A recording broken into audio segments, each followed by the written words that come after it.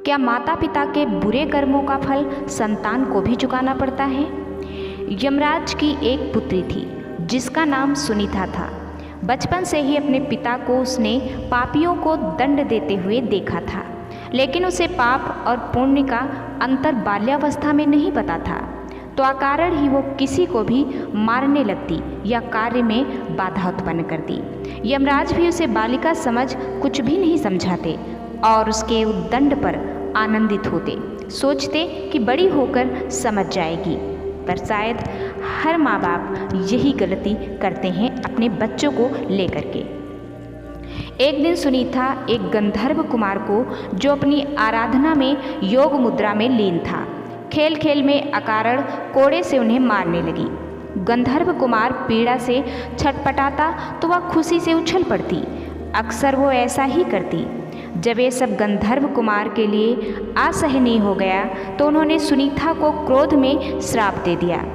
उन्होंने कहा, तू धर्मराज की बेटी है, तेरा विवाह एक ऋषि पुत्र से होगा, तेरी एक योग्य संतान भी होगी, पर तेरे इन दुष्ट कर्मों का अंश तेरी संतान में भी व्याप्त होगा। यमराज को जब पता चला तो उन्होंने अपनी बेटी को सही और गलत न समझाने का बहुत ही पश्चाताप किया। उन्होंने कहा, बेटी, निर्दोष तपस्वी को पीटकर तुमने अच्छा काम नहीं किया। बुरे कर्मों को करने के कारण तुम्हें यह श्राप मिला है। समय आगे चला और सुनीता जवान हुई, मगर श्राप के कारण कोई उसे विवाह के लिए तैयार न था। तो रंभा नाम की अप्सरा ने उसे मोहिनी विद्या सिखा दी। अब उसे किसी को भी मोहित करने की विद्या मिल गई थी। एक दिन रंभा उसे अपने साथ लेकर वर की खोज में निकली। एक नदी के तट पर उसने अन्य कुमार अंग को देखा। सुनीता अंग को देखते ही उस पर मोहित हो गई। रंभा की माया तथा अपनी मोहिनी विद्या के बल पर उसने अंग मुनि को भी मोहित कर लिया। दोनों को एक दूसरे पर आसक्त जानकर रंभा ने दोनों का गंधर्व विवाह करवा दिया। दोनों सुखपूर्वक जीवन व्यतीत करने लगे। कुछ समय बाद उन्हें एक पुत्र हुआ जिसका नाम वेन रखा गया। आरंभ में तो वेन अपने पिता समान धार्मिक और सदाचारी था, परंतु माँ का एक दुर्गुण उसमें आया और श्राप के कारण बड़ा होने पर वह दुराचारी और नास्तिक बन गया। सुनीता समझ रही थी कि उसके संस्कारों का परिणाम शापग्रस्त इस पुत्र में उतर आया है। उसके हठ तथा उद्दंडता पर किसी का वश नहीं था, सभी उसके आगे विवश थे। वेन की दुष्टता से प्रजा दुखी थी। महाराज अंग को अपयश मिलने लगा, जिससे बचने के लिए एक दिन निराश होकर अंग ने चुपके से घर ही त्याग दिया। अब वेन राजा बना और वेन राजा बनकर तो और प्रमत्त तथा अहंकारी हो गया। धार्मिक तथा सत्कार्य बंद हो गए। चारों तरफ अराजकता फैल गई। ऋषि मुनियों ने प्रजा के साथ मिलकर विद्रोह किया और वेन को पकड़ लिया और उसे प्रताड़ित कर राजा के पद से हटा दिया।